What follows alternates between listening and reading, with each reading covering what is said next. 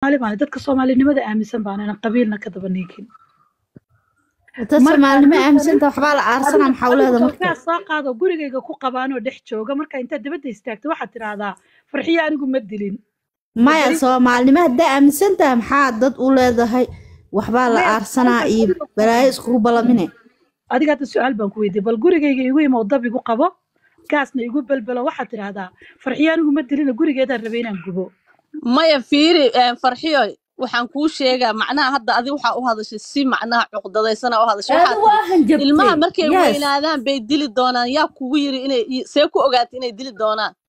waan ogahay way weligan baan soo arki jiray waxaana energy maxaa u bixinay naagtan iska socodhe why you guys work ha bye waa ku warraba wiilka dilaan ha iska bax because warkaagu macna badan ma sameynayaan jawaab meeshan kama shaqaysay fiiri hal mid aan idin sheega gabadha waxay tiri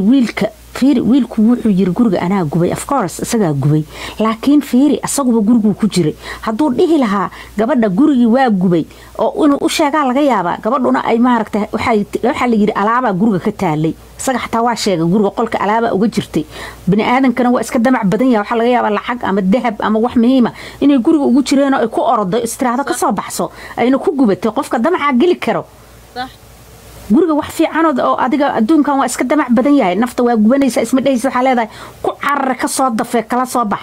dabkuna waa hada waqtigaagu markuu dhamaadana cidna kuma diidayso asaga laftiisu gabadhan soo badbaadinayo yiri waa gubtay waxa laga yaabaa inuu is dhahay asagoo masayrsan gurigan waa gubaayay hadeerba gurigan ka soo bax waa gubay guriga waa gubanaya iska soo bax iyaduna ay ku carartay iyadoo warmoog ah marka waxyaalo badan aad dhici karo saasoo kale u dhici kartaa marka qofku inaan dhinac kaliya negative in loo qaato wax kastaba waa qalad waa sax هاي GSS كوان صار دمانتين كاقاد يدنا والسلام هاي ومشغولين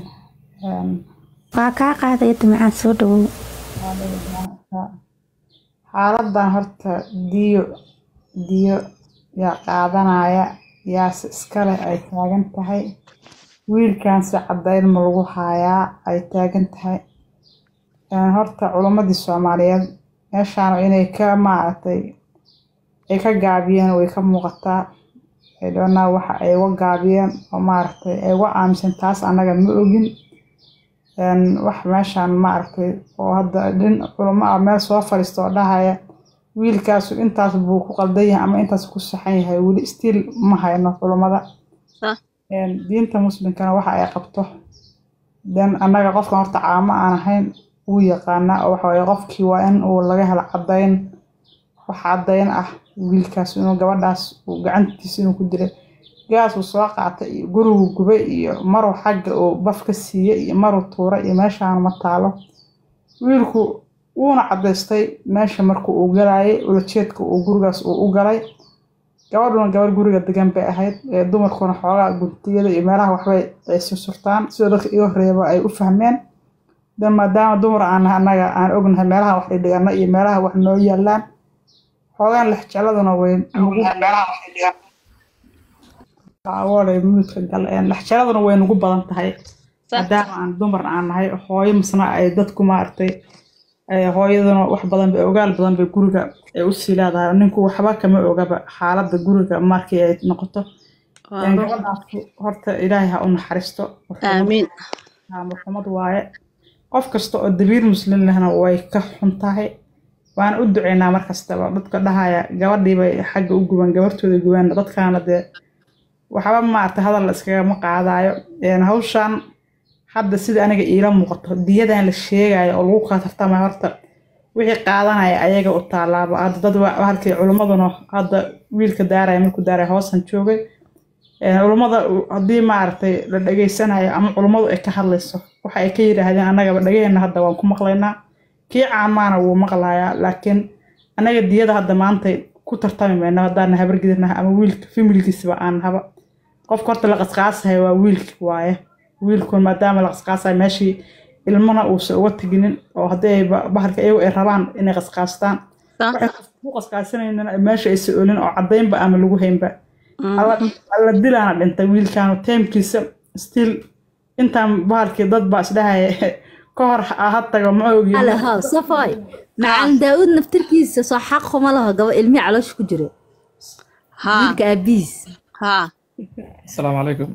أركا وعليكم السلام هاي دمايسو كان دين تورت أنا يان la faragashan taas culimada baalkii aan dadkii baalkii oo nooga sii rabay in faahfaahiyaan ayagana way ka aaminsan maadaama ay ka aaminsan anaga inaan faragashano horta waa laga fiican yahay hadii aan nahay familiga wiilka dadka ka soo jeeda waxa soo hartay diyada la qaadanayo horta waxa qaadanayna way caddahay oo dhiigeeda maanta loo celinayo waa ilmaha yaryarka ah waxa meesha baalka loo laabanayo ilmaha yararkaana dad baa dhalay kuleyba dad bay ka soo jeedaan iyadana waxa dhihi lahaa dadkii lahaa oo ilmaha yarka iska lahaa ayagu haday diiraas baalkii cidaan ninkan hadda odagu ama lacag karta ha soo qaateen ama baalkii odagu si kale waxa u raadiyo ama ummada gadaal ka soo riixdo social media anaga waa arkeena waxa nacayb wiilkan looga qaadi maayo familiga uu ka soo jeedo kor iyo hoos baba ciidaba baalku waxaan ku yeeray wax kana bari jireen dadkan dad waxa waaye mar walba gacanteena cududeena iskaga dhici jirnay ahaayeen I don't know waxa rabadii maanta ciidantaas la ego social media inay cidu ay dhageysteen bay aniga ila tahaba laakiin koreos baan waxaan dhihi lahaa arintaan meesha laga soo buush gareynaya waxa laga soo buush gareeyo anaga hadaan cidi wiilka nahay xabadiyada diyan anaga ma socono wax calool ku jira iyo wax baalkii oo hadda banaanka noo yaalana ma aragna wixii cod ku jira waaba tageenba odagaana ku saaray odagaan gabadha dhalay Soomaali warigeed waxa waa iska diri jirtay Soomaali warigeed diyo iska qaadan jirtay صح odagu maadaama uu soo gabadhiisa ay dhimatay waxa ku dhajiyay ma kulay madaameesha lacag buu madaabahalka isleeyahay warigeed dad aan waxba loo sheegi jirin waa lacagtaas oo dadka kale ay u shubayaan ay qaadanayaan uu ka qaadanayo miyaa tira badan oo lagu bixinayo lagu fangareeyo wiilkaas nacayb oo qabiil intaas la ag aniga marka taas aniga ilaa hadda aniga taas aniga maskaxdayda ka guuxdo dadku ما ماشي